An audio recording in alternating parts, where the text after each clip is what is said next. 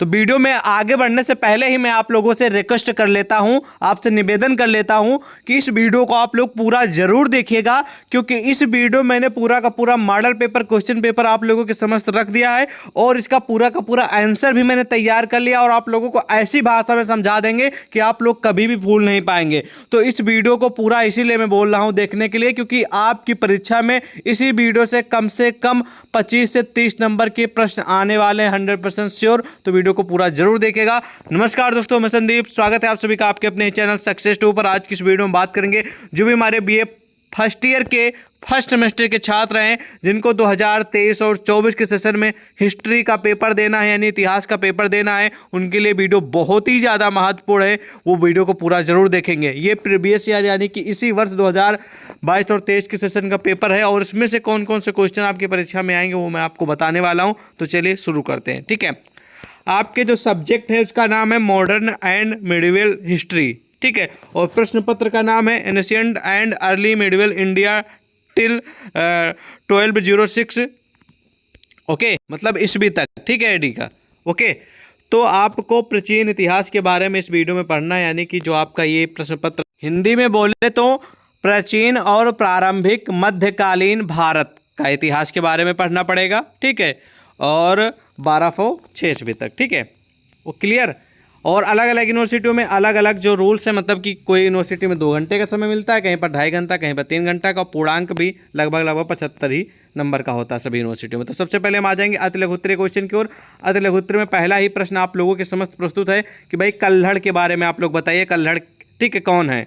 तो सिंपल सी परिभाषा आपको लिख लेना, क्योंकि ये आपके जो है इसमें 3 टाइप के क्वेश्चन है, अति लघु और दीर्घ। ठीक है, तो ये जो अति लघु उत्तरीय वाले क्वेश्चन, इनका आप लोगों को उत्तर सिर्फ और सिर्फ 50 शब्दों में देना होगा। ओके, तो 50 शब्दों में आपको देना है, तो आपको इसका डिटेल में नहीं लिखना है, बस थोड़ा लिख देना है बस, क्योंकि आपको इसके लिए 2 ही नंबर मिलने वाले हैं। ठीक है, प्रति प्रश्न के अति लघु उत्तरीय में। ठीक है, तो कल्हड़ कश्मीरी इतिहासकार, ठीक है, जो कल्हड़ थे ये कश्मीरी इतिहासकार थे। ठीक है, और साथ साथ में ये बहुत ही विख्यात, ठीक है, बहुत ही विख्यात, जो कि विश्व विख्यात ग्रंथ है जिसका नाम है राजतरंगिणी के रचयिता थे।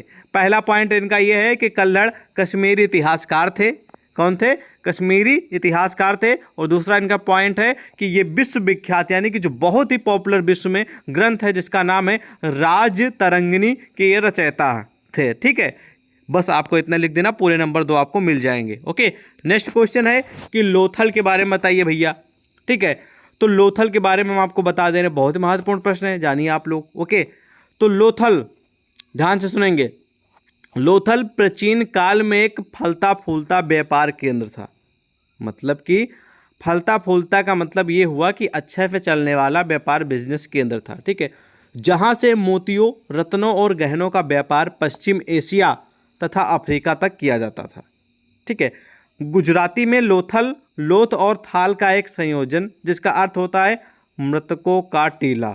ठीक है, तो लोथल प्राचीन काल में एक बढ़िया अच्छा खासा चलने वाला व्यापार का सेंटर था, यानी कि बिजनेस का सेंटर था, जहाँ पर मोतियाँ, ठीक है, और गहनों, इन सभी का व्यापार पश्चिम एशिया से, ठीक है, अफ्रीका तक किया जाता था। बस सिंपल सा परिचय, कोई आपको ज़्यादा लिखने की आवश्यकता नहीं। ठीक है, बाकी आप अपने अनुसार देखिए, इस क्वेश्चन के लिए इतना ही काफ़ी है। बाकी अगर ये और लंबे में आया तो आप लोग अपने अनुसार तैयार कर सकते हैं। ओके, अगला क्वेश्चन है भाई मोहन जोदड़ो। ये क्वेश्चन 100% आएगा ही आएगा आपके, चाहे अति लघु उत्तरीय में आए, चाहे लघु उत्तरीय में आए, चाहे दीर्घ उत्तरीय में आए, आएगा जरूर। ठीक है, तो इसके बारे में जानते हैं। मोहन जोदड़ो, अनोखा है मोहन जोदड़ो का इतिहास। ठीक है, ये भी आपको जानना बहुत ही ज़रूरी है कि इसका अनोखा इतिहास है। ठीक है, तो खुदाई के दौरान, ध्यान से सुनेंगे, खुदाई के दौरान शहर के बारे में लोगों को जानकारी हुई। ठीक है, किसके?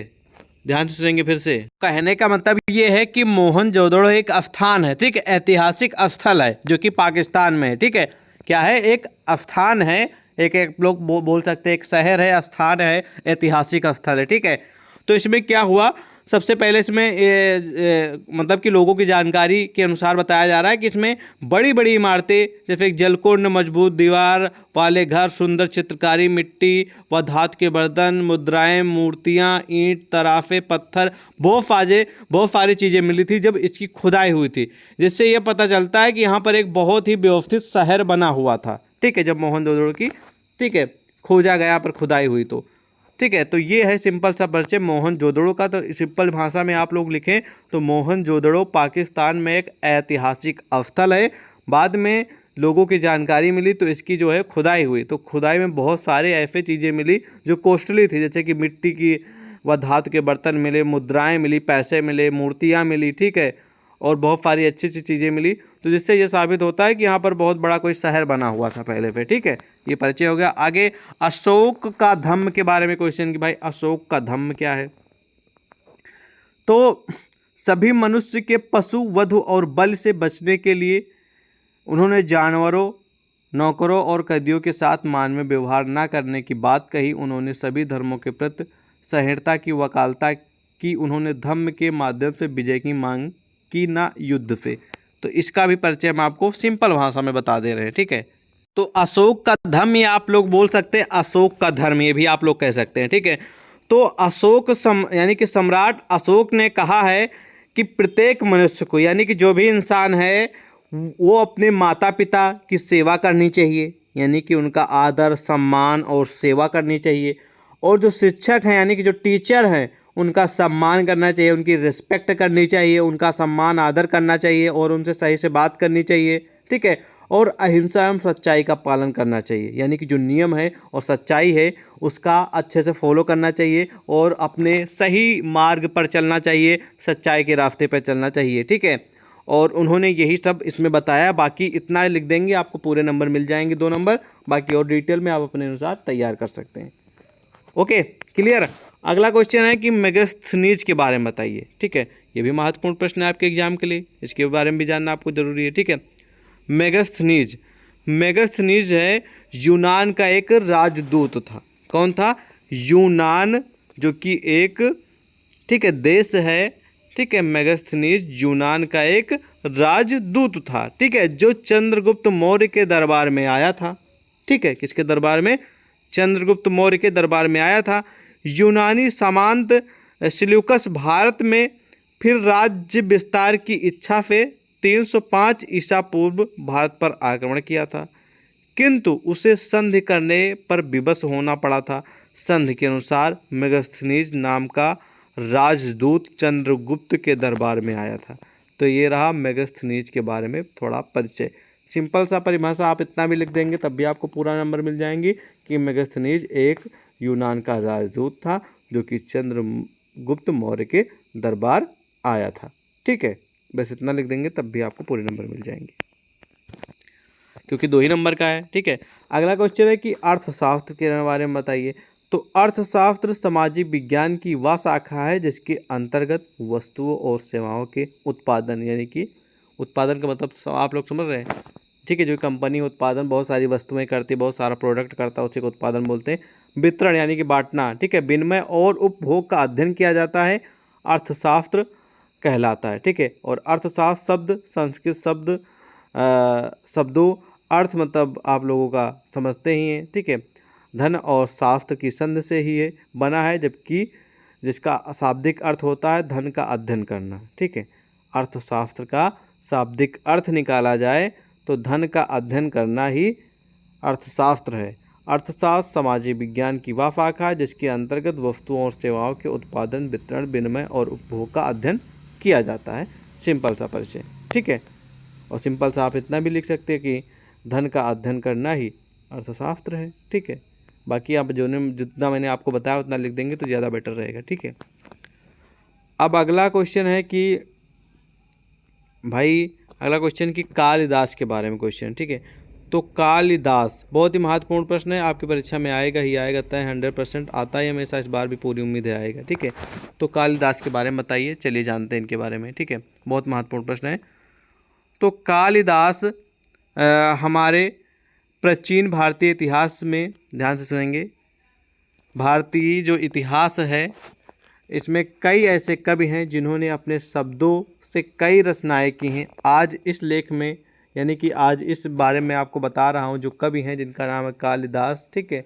उन्होंने अपनी दूरदर्शी सोच और कल्याणकारी विचारों को अपनी रचनाओं में उतार कर साहित्य जगत को अपना अमूल्य योगदान दिया है जी। और मैं आपको ये भी बता दूं कि महान कवि कालिदास के बारे में एक कवि और नाटककार के साथ साथ, यानी कि एक कवि भी हैं, नाटककार भी हैं और साथ साथ में संस्कृत भाषा के प्रखंड विद्वान भी थे, ठीक। कालिदास जी, कालिदास ने भारत के प्राचीन दर्शन और पौराणिक कथाओं को आधार बनाकर रचनाएं भी लिखी हैं, ठीक है। और जो हमारे कालिदास जी थे, ये भारत के प्रसिद्ध शेक्सपियर महाकवि कालिदास के जन्म के बारे में ठीक प्रकार से ज्ञात नहीं है। ये भी ज्ञात नहीं कि महाकवि कालिदास का जन्म स्थान कौन सा है, यानी कि इनके जन्म स्थान के बहुत सारे मतभेद हैं और इनका जन्म स्थान का कोई एक पार्टिकुलर स्थान नहीं है, ठीक है। अलग अलग विद्वान, अलग अलग जो कवि हों, अलग अलग इनका जन्म स्थान मानते हैं, ठीक है। तो सिंपल सा परिचय था ये, क्योंकि इतिहास से जुड़ा क्वेश्चन है कालिदास के, तो आपको मैंने बता ही दिया है कि प्राचीन भारतीय इतिहास में ऐसे कई कवि हैं, ठीक है, जिन्होंने अपने शब्दों से कई रचनाएं लिखी हैं, ठीक है। और कालिदास जी ने भी अपने अच्छे विचार और कल्याणकारी विचार के साथ बहुत सारी रचनाएं उतार कर साहित्य जगत में अपना अमूल्य योगदान दिया है, ओके। और महाकवि कालिदास के बारे में एक कवि कहें, कवि भी हैं, नाटककार भी हैं, साथ साथ में संस्कृत के भाषा के प्रखंड विद्वान भी थे, ठीक है, कालिदास जी। और कालिदास जी के बारे में आप लोगों ने सुना ही होगा कि कालिदास जी जिस पेड़ पे बैठे थे उसी पेड़, मतलब कि जिस पेड़ पे बैठे थे, मतलब जिस पेड़ पे बैठे थे, जिस डाल पे पेड़ था उस पे एक डाल पे बैठे थे, उसी डाल को काट रहे थे। तो बचपन में ये कहा जाता है कि कालिदास जी मूर्ख थे, यानी कि वो अनपढ़ थे और मूर्ख थे, ठीक है। इसीलिए वो जिस डाल पे बैठे थे उसी को काट रहे थे, तो तभी से कालिदास को मूर्ख की भी उपाधि मिली है। हालांकि बाद में आप लोगों को मालूम है कि कितने बड़े विद्वान साबित हुए, तो लेकिन वो बचपना था, हो गया होगा, लेकिन वो हिस्ट्री में भी आ गया है और आपने जाना भी होगा। फिलहाल बढ़ते हैं नेक्स्ट क्वेश्चन की ओर। प्रयाग प्रशास्त्र के बारे में आपको पढ़ना है, बहुत महत्वपूर्ण प्रश्न है। प्रयाग, ठीक है, प्रशास्त्र के जो लेखक है वो हरिसेन है। एक पुस्तक है, एक रचना है, फिर ठीक है। प्रयाग प्रशस्ति जिसके रचनाकार हैं हरिसेन, ठीक है। हरिसेन जो है ना वो गुप्त वंश के राजा समुद्रगुप्त का दरबारी कवि था, ठीक है। कौन? हरिसेन, जो कि प्रयाग प्रशस्ति लेख के जो रचना है, पुस्तक है, इसके लेखक थे, ठीक है, प्रयाग प्रशस्ति के, ठीक है। प्रयाग प्रशस्ति एक लेख था, इसे हरिसेन ने समुद्रगुप्त के लिए लिखा था, ठीक है। तो इस प्रकार आप इसका उत्तर लिख देंगे, पूरे नंबर पक्के। अगला क्वेश्चन था है भाई कि बाणभट्ट के बारे में बताइए, ठीक है। तो सिंपल सा परिचय इनका भी है कि बाणभट्ट, ठीक है, 7वीं शताब्दी के संस्कृत गद्यकार और कवि थे, यानी कि संस्कृत के गद्यकार और एक महान कवि थे, ठीक है। कौन से शताब्दी के? 7वीं शताब्दी के, ठीक है, ध्यान रखेंगे 7वीं शताब्दी के, ठीक है। वह राजा हर्षवर्धन के आस्थान कवि थे, ठीक है। किसके? राजा हर्षवर्धन के आस्थान कवि थे। इनकी 2 प्रमुख ग्रंथ हैं, पहले का नाम है हर्षचरितम और दूसरा है कादम्बरी, ठीक है। पहला कौन सा है? हर्षचरितम, दूसरा है कादम्बरी। जो हर्षचरितम है, राजा हर्षवर्धन का चरित्र चित्रण किया गया है इनके जीवन का। हर्षचरितम की रचना में राजा हर्षवर्धन के जीवन का चरित्र चित्रण किया गया है। और जो उनकी दूसरी रचना जिसका नाम है कादम्बरी, ये विश्व का पहला उपन्यास था, ठीक है। कौन? कादम्बरी, याद रखेंगे। तो अगला प्रश्न आपको दिख रहा है यहाँ पर तराइन के युद्ध के बारे में, बहुत ही महत्वपूर्ण प्रश्न है, ध्यान रखेंगे आप सभी। तो चलिए जान लेते हैं इस क्वेश्चन के उत्तर के बारे में। आपको लिखना है तराइन का युद्ध अथवा तरावड़ी का युद्ध। ये मतलब तराइन के युद्ध को तरावड़ी युद्ध भी कहा जाता है। तो ये जो युद्ध है ना वो सन 1191 से, ठीक है, 1192 की एक ऐसी श्रृंखला है जिसने पूरे उत्तर भारत को मुस्लिम नियंत्रण के लिए खोल दिया। किस चीज़ के लिए? पूरे उत्तर भारत को मुस्लिम नियंत्रण के लिए खोल दिया। ये युद्ध जो है वो मोहम्मद गौरी, ठीक है, मूल नाम जिनका नाम है मुइजुद्दीन, ठीक है, मोहम्मद गौरी और अजमेर तथा दिल्ली के चौहान राजपूत शासक पृथ्वीराज तृतीय के बीच हुआ है। ठीक है, तो ये रहा इसका सिंपल सा परिचय, इतना लिख देंगे पूरे नंबर मिल जाएंगे, 2 ही नंबर का क्वेश्चन है बस। ओके, अब यहाँ पर आपको लघु उत्तरीय क्वेश्चन दिखेंगे। लघु उत्तरीय में आपको 5 प्रश्न के उत्तर देने हैं। तो पहला प्रश्न यहाँ पर आपको देखने को मिलेगा कि पाषाण काल को परिभाषा दीजिए, पाषाण काल किसे कहते हैं। ठीक है, तो पाषाण काल के बारे में आपको लिखना है। ठीक है, पाषाण काल युग एक इतिहास का वह काल है जब मानव का जीवन पत्थरों या अत्यधिक आश्रित था, यानी कि वो पत्थरों से अपना खाना बनाते थे, पत्थरों से शिकार करते थे, पत्थरों के घर में रहते थे। ठीक है, ये वही काल है पाषाण काल, जो तब के जो मानव है वो पत्थर पे आश्रित थे, यानी कि उनका जो आफरण था या फिर वो जिस पे डिपेंड थे, जो उनका मेन मुख्य जरिया था वो पत्थर ही था। ठीक है, उसी में रहते थे, पत्थर की गुफा में, उसमें ही सोते थे, उसी से शिकार करते थे, उसी से अपना खाना पकाते थे, ये सिस्टम था। ठीक है, तो इसके बारे में इस प्रकार लिखेंगे। हड़प्पा सभ्यता के बारे में, हड़प्पा सभ्यता के बारे में मैं आपको बता दूं, भारत का इतिहास सिंधु घाटी सभ्यता से प्रारंभ होता है, जिसे हम हड़प्पा सभ्यता के नाम से भी जानते हैं। फिर से सुन लीजिए, भारत का इतिहास जो है सिंधु घाटी सभ्यता से प्रारंभ होता है, जिसे हम हड़प्पा सभ्यता के नाम से भी जानते हैं। ठीक है, बाकी आप इसके बारे में डिटेल में पढ़ लेंगे, बहुत महत्वपूर्ण प्रश्न ये भी आपके एग्जाम के लिए। ठीक है, अगला प्रश्न है कि ऋग वैदिक कालीन सामाजिक स्थिति की विवेचना कीजिए।